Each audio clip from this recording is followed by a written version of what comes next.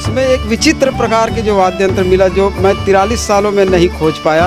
उसका नाम है भोगम ढोल। आपने जो इस फील्ड में आपने घुसा है तो कैसे आपको इंटरेस्ट आया, कब से, बचपन में, कौन मतलब किससे आपको? देश का अपनी तरह का एक पहला ऐसा वाद्य यंत्र है। ऐसा वाद्य यंत्र पूरे देश में कहीं पर भी नहीं है। वो कई जगह जाते हैं और वाद्य यंत्रों की खोज कर उन्हें लेकर आते हैं। हाँ, लोग जिसको बचपन में जो देख लेते हैं उन्हीं से ही खेलते हैं। कि आपने कब से शुरू किया, किस प्रकार से ये खोज की? छत्तीसगढ़ में वाद्य यंत्रों की काफ़ी महत्व है और कई वाद्य यंत्र विलुप्त होते जा रहे हैं, पर भिलाई की एक शख्सियत है जिन्होंने इन वाद्य यंत्रों को संजो कर रखा है। वो कई जगह जाते हैं और वाद्य यंत्रों की खोज कर उन्हें लेकर आते हैं और उन्होंने इन वाद्य यंत्रों का संग्रहालय बना के रखा है और आज मैं उनके पास आ पहुंची हूं। मेरे आने की वजह यह है कि मुझे पता चला कि उन्होंने एक ऐसे वाद्य यंत्र की खोज की है जो देश का सबसे बड़ा ढोल बताया जा रहा है। तो उनके पास चलते हैं और उनसे जानते हैं कि उन्होंने किस प्रकार इस वाद्य यंत्र ढोल की खोज की है और क्या कुछ महत्व है इस वाद्य यंत्र की। हमारे साथ रिकी छत्री मौजूद है जिनसे मैं जानूंगी। जी सर, आप मुझे ये बताएं कि सबसे पहले आपने इस ढोल तक कैसे पहुंचा, कैसे इसकी खोज की? ये आदिवासियों का इस अप्रैल और मई महीने में एक मेला होता है, देव मेला। बीजापुर क्षेत्र में पता चला कि वहाँ एक देव मेला होने वाला है तीन दिनों का, और वहाँ उनके वाद्य यंत्र और देवी देवता लोक नृत्य होगा। तो मैंने वहाँ पर पहुँच गया तो वहाँ देखा तरह तरह के वाद्य यंत्र। उसमें एक विचित्र प्रकार के जो वाद्य यंत्र मिला जो मैं 43 सालों में नहीं खोज पाया। उसका नाम है भोगम ढोल। बीजापुर क्षेत्र में एक मुरी आदिवासी निवास करती है, उनका पारंपरिक जातिगत लोक वाद्य है भोगम ढोल। ये मतलब ढोल का नाम भोगम ढोल है।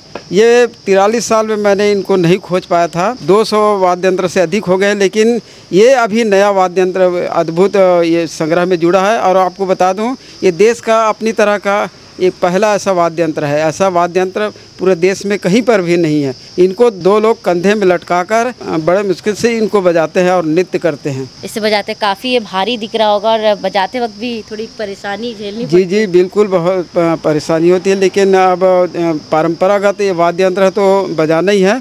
और मैंने इस विचित्र वाद्य यंत्र को उनसे निवेदन किया, उन लोगों से, उन आदिवासियों से, कि ये मेरे संग्रह के लिए एक आप बना दीजिए। तो बड़े मुश्किल से निवेदन को स्वीकार किया और 15 दिनों में फिर इनको बना के दिया और ये आपके सामने ये प्रस्तुत कर रहा हूँ मैं।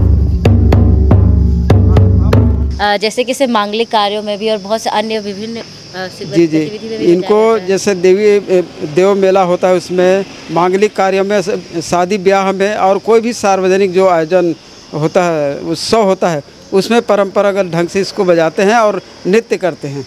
ये सबसे बड़ा है और आपका पहला मतलब बड़ा खोज कह सकते हैं। जी बिल्कुल, देश का सबसे बड़ा मैं बिल्कुल ये करता हूँ कि मैंने अभी 43 वर्षों में देखा कि इतना बड़ा ढोल और कहीं पर नहीं है। और आपकी खोज और निरंतर लगी रहेगी और प्रयास करते रहेंगे कुछ और दूसरा लेकर आएंगे? बिल्कुल लगातार जारी है और अंत तक, अंतिम सांस तक जारी रहेगा और खोजते रहूँगा।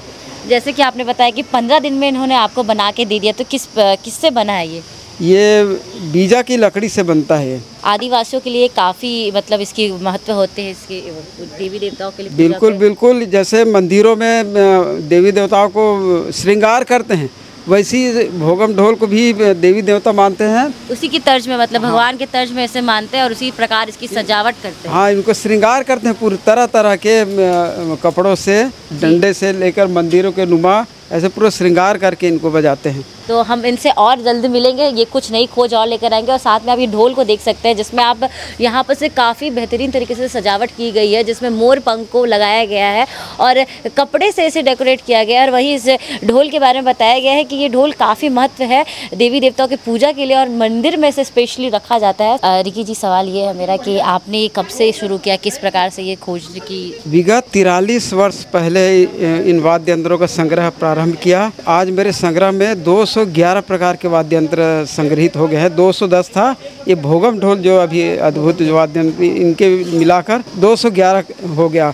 और आपको बता दूं, इसी महीना इन 120 वाद्य यंत्रों का बुक आप लोग के सामने छप कर आ जाएगा। ये मेरे लिए मतलब बहुत ही गर्व की बात है। इन वाद्य यंत्रों का ये तो प्रदर्शनी के माध्यम से, अब उनके विधिवत बुक के माध्यम से लोग जान पाएंगे। आपने जो इस फील्ड में आप आपने घुसा है, तो कैसे आपको इंटरेस्ट आया, कब से, बचपन में कौन मतलब किससे आप योगदान देंगे कि? मेरे पिताजी भजन मंडली के मुखिया हुआ करते थे, भजन मंडली में व्याख्याकार थे। तो हमारे यहाँ पूरे जब मुखिया होता है तो उनके यहाँ सारी चीज़ें स्वाभाविक है रहता है। तो मैंने जब होश संभाला तो खिलौने की जगह में वाद्य यंत्र मिले मुझे। हाँ, लोग जिसको बचपन में जो देख लेते हैं उन्हीं से ही खेलते हैं। तो उस ज़माने में आज से 60 साल 65 साल पहले, मेरे अभी उम्र 66 चालू हो गया, तो उस समय वाद्य यंत्र हम पिताजी मुखिया होने के कारण घर में रहते थे, तो मैं वहीं से प्रारंभ हुआ। और जब जो चीज़ पहले दिखता है ना उसी से लगाव हो जाता है, तो इस तरह फिर मैंने सीखना चालू किया और संग्रह हुआ। अब तक कितने वाद्य यंत्र आपने सजो के रख लिए हैं? अभी तक मैंने 211 वाद्य यंत्र इकट्ठा कर लिए हैं। आपको ये स्टोरी कैसी लगी? इस ढोल के बारे में क्या कुछ कह जाते हैं? सबसे बड़ा ढोल है ये। बाकी ऐसी स्टोरी और अन्य खबरों को देखने के लिए बने रहे केपी न्यूज़ के साथ। धन्यवाद।